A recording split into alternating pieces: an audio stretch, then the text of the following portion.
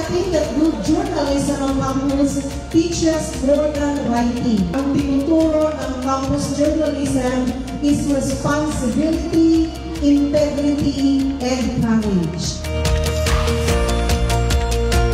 Welcome, aspiring campus journalists, to this exciting and diversity event.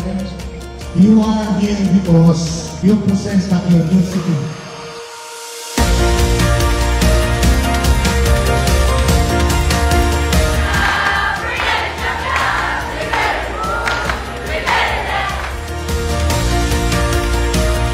Entire division, ito yung isa sa pinakamaraming participants from different districts. So before we only have 2 districts and now we have 6 participating districts.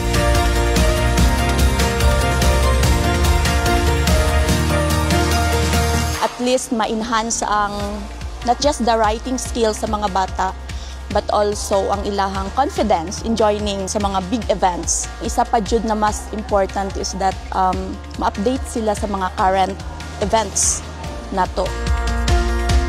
I'm excited po for this event kasi syempre ma-train po talaga yung mga skills namin in journalism.